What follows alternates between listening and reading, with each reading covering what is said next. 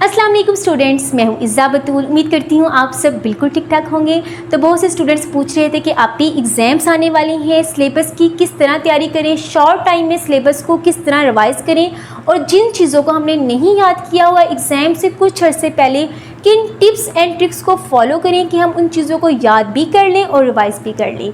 उसके अलावा कुछ सब्जेक्ट्स हमारे मुश्किल होते हैं, क्या पहले हम उनकी तैयारी करें या फिर पहले आसान सब्जेक्ट्स को लेकर चलें। तो आज की वीडियो में मैं आपके सारे डाउट्स क्लियर करने वाली हूं और आज की वीडियो की जो टिप्स मैं आपको बताने लगी हूं, अगर आप एक दफ़ा इनको फॉलो कर लें तो मैं यकीन से कह सकती हूं कि आपकी आधी परेशानी कम हो जाए जो स्टूडेंट्स अपने सर पर लेके बैठे हुए हैं कि इम्तिहानात होंगे या नहीं होंगे। शफकत अंकल को कोरोना हो गया है, क्या वो बीमार हो जाएंगे और हमारे एग्ज़ाम्स कैंसिल हो जाएंगे। तो सबसे पहले मैं उनको मोटिवेट करना चाहूँगी, प्यारे बच्चों, एग्ज़ाम्स हों या ना हो, आप अपनी तैयारी परफेक्ट रखें। किसी भी दिन न्यूज़ आ सकती है कि डेट शीट अनाउंस हो गई है, आपने अपनी तैयारी परफेक्ट रखनी है। उसके अलावा जो सेकेंड ईयर के स्टूडेंट्स हैं उनको ये था कि 9-10 के एग्ज़ाम्स पहले होंगे, बाद में उनके एग्ज़ाम्स होंगे और वो आराम से रिलैक्स होकर बैठे हुए थे, लेकिन जैसे ही उनको पता चला तो वो ज़्यादा परेशान हैं। तो उनके लिए मैं सिर्फ एक बात कहना चाहूँगी कि आपके सेकेंड ईयर के रिज़ल्ट पे आपकी यूनिवर्सिटीज़ में मेरिट बनेगा और आपका एडमिशन होगा। तो ये चीज़ आपके लिए बहुत ज़्यादा मैटर करनी चाहिए। ये जो एक महीना रह गया है इसमें अपनी जी जान लगा दें, अच्छी सी तैयारी कर लें ताकि आपकी अच्छी यूनिवर्सिटी में एडमिशन हो जाए। और जिस एम तो सबसे पहले और सबसे मेन बात जो मैं अपनी हर वीडियो में करती हूँ कि आपका एक एम, एक गोल, एक फोकस सेट होना चाहिए। प्यारे बच्चों, जब तक आपके जहन में ये बात रहेगी ना कि मैंने अपना एम अचीव करना है, कोई भी मोबाइल आ जाए, कोई भी टैबलेट आपके पास आ जाए, आप उसको हाथ नहीं लगाएंगे। बहुत से स्टूडेंट्स कह रहे थे कि मैम ऐसी वीडियो बनाएं जिसमें आप हमें मोटिवेट करें कि मोबाइल से किस तरह छुटकारा पाया जा सके। तो सिर्फ एक बात है कि अपना एक गोल सेट कर लें जिसको आपने हर सूरत में हासिल करना ही करना है। तो उम्मीद करती हूँ कि मैंने आपको थोड़ा सा मोटिवेट कर दिया होगा। अब बात करते हैं कि सिलेबस की रिवीजन कैसे करनी है, सिलेबस की तैयारी कैसे करनी है। आप लोग पढ़ने बैठ गई हैं, किताबें निकाली हैं, बैग खाली कर दिए हैं, तो किस सब्जेक्ट से अपनी तैयारी स्टार्ट करनी है, इस क्वेश्चन का क्या आंसर है।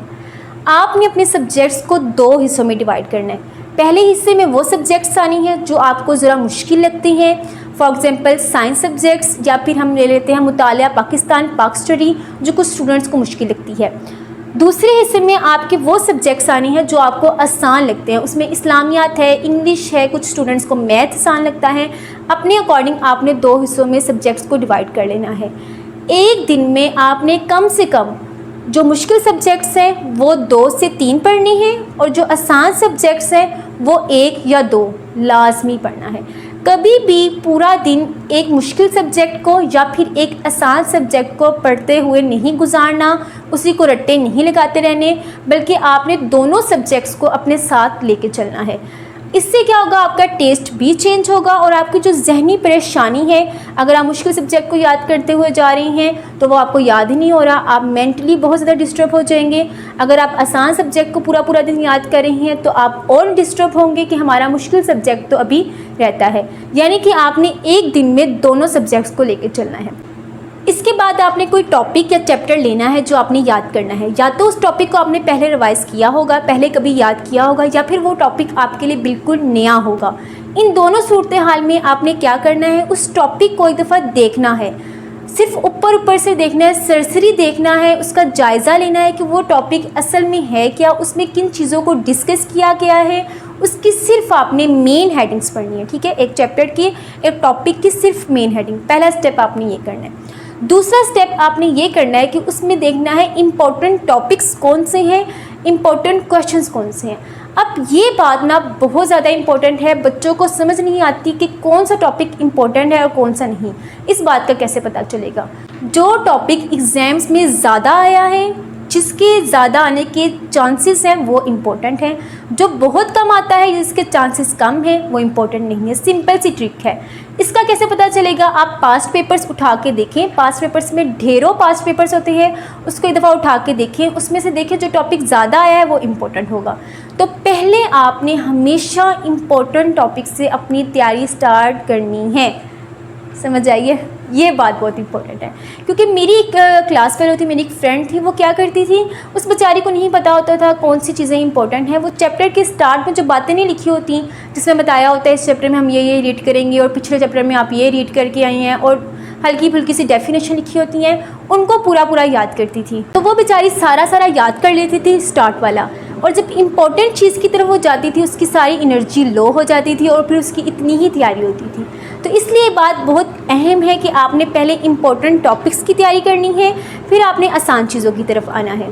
जैसे मैं आपको एक एग्जांपल देती हूँ, 9th क्लास में फ़िज़िक्स में इक्वेशन ऑफ मोशंस हैं, तो आप पहले उसको याद करेंगे क्योंकि वो बहुत इंपॉर्टेंट। अब मुझे नहीं पता कि स्मार्ट सिलेबस में वो इंक्लूडेड हैं कि नहीं है, मैं आपको जस्ट एक एग्जांपल दे रही हूँ। फर्स्ट 2 स्टेप्स हमारे क्लियर हो गए। आपने पहले देखा टॉपिक में क्या क्या चीज़ें शामिल है, फिर आपने उसको इम्पोर्टेंट चीज़ों को याद कर लिया। अब चलते हैं जी तीसरे पॉइंट की तरफ कि आपने चीज़ों को लिखना है कि नहीं लिखना। जहाँ तक मेरी बात है, मैं हर टॉपिक को बहुत दफ़ा लिखती थी जब तक मुझे तसल्ली नहीं हो जाती। एक तो इससे आपकी राइटिंग स्पीड भी इम्प्रूव होगी, पेपर प्रेजेंटेशन भी होगी, और आपके हाथों में जो फ्लो होगा ना वो बहुत बेस्ट होगा। और लेकिन एक बात का आपने ध्यान रखना है, अगर आपका पेपर कल या परसों है तो अब आप सारा बैठ के लिखेंगे नहीं, ऐसा भी नहीं करना। पेपर्स में बहुत कम टाइम रह गए। मेरा ये मशवरा है कि अब जो लिखने वाली चीज़ें हैं उसको स्किप कर दें, सिर्फ जो इंपॉर्टेंट चीज़ें, फार्मूलाज हो गए, डायग्राम्स हो गए, जो लिखे जिनका लिखे बगैर गुजारा नहीं है वो आप लिखें, ठीक है। उसके बाद चलते हैं जी लास्ट पॉइंट की तरफ, जो बहुत इम्पोर्टेंट है कि हमने सारा याद कर लिया है, अच्छी तरह देख लिया है, कितने अरसे में और कितने मिनट्स में हमने इसको रिवाइज करते रहना है। जो फार्मूला मैं आपको बताने लगी हूँ, ये फार्मूला मैं भी यूज़ करती थी और ये मैंने अपनी तरफ से नहीं बनाया, ये रिसर्च की गई है इस फार्मूले में। इस फार्मूले के अकॉर्डिंग अगर आपने एक लेसन या एक टॉपिक याद किया है और अगले 24 घंटे में आप उसको सिर्फ 5 मिनट के लिए पढ़ लेते हैं, तो वो एक हफ़्ते के लिए आपके दिमाग में बैठ जाता है।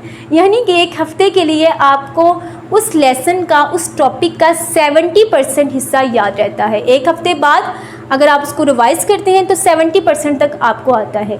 और अगर आप एक हफ़्ते के बाद दोबारा उस टॉपिक को रिवाइज़ कर लेते हैं तो वो टॉपिक आपका बिल्कुल पक्का हो जाता है, वो आपको नहीं भूलेगा। समझ जाइए कितनी अहम और कितनी अच्छी बात मैं आपको बता रही हूँ कि अगर आप जो चीज़ याद कर रही हैं सिर्फ उसको अच्छी तरह रिवाइज़ कर लें वक्त के साथ साथ, वो चीज़ आपको नहीं भूलेगी। एग्ज़ाम्स तक वो चीज़ आपकी इंशाल्लाह बेस्ट हो जाएगी और पेपर्स में आप उसको बहुत अच्छे तरीके से अटेम्प्ट करेंगे। अब मेरी वीडियो देखने के बाद आप गई हैं, बुक्स खोली या याद किया है, वही लेसन आपने अगले दिन रिवाइज़ करना है और वही लेसन आपने सिर्फ एक हफ़्ते बाद। ये 2 काम कर लें तो जो स्टूडेंट्स कहते हैं कि हमें एग्ज़ाम्स में सारा भूल जाता है, जो आता है वो भी हमें भूल जाता है, या एग्ज़ाम से कुछ मिनट पहले हमें ऐसा लगता है हमें कुछ भी नहीं आता, ये उनका सलूशन है, ठीक है। अब रिवाइज़ कैसे करना है कि अगर आपको लगता है ना, मुझे रिवाइज़ करते हुए ना, सही बात है, बहुत बुरा लगता था, मेरा दिल ही नहीं करता था, सारा मैंने याद कर लिया है तो अब फिर से सारा बैठ के रिवाइज़ करूँ। मैंने हमेशा बुक्स को साइड पे रख देना है, घर में राउंड लगाना है, मामा के पास जाना है, कोई भी काम करना है, लेसन को साथ साथ रिवाइज़ करना है। इससे कुछ हम फ्री भी हो जाते हैं, कुछ हमारा ध्यान भी बढ़ता है और लेसन भी हमारा रिवाइज़ हो जाता है। कहीं भी आप जा रही हैं लेसन को रिवाइज़ कर लें, दिल में याद कर लें, इससे वो चीज़ें आपको भूलेंगी नहीं और एग्ज़ाम्स में क्लियर हो जाएंगी।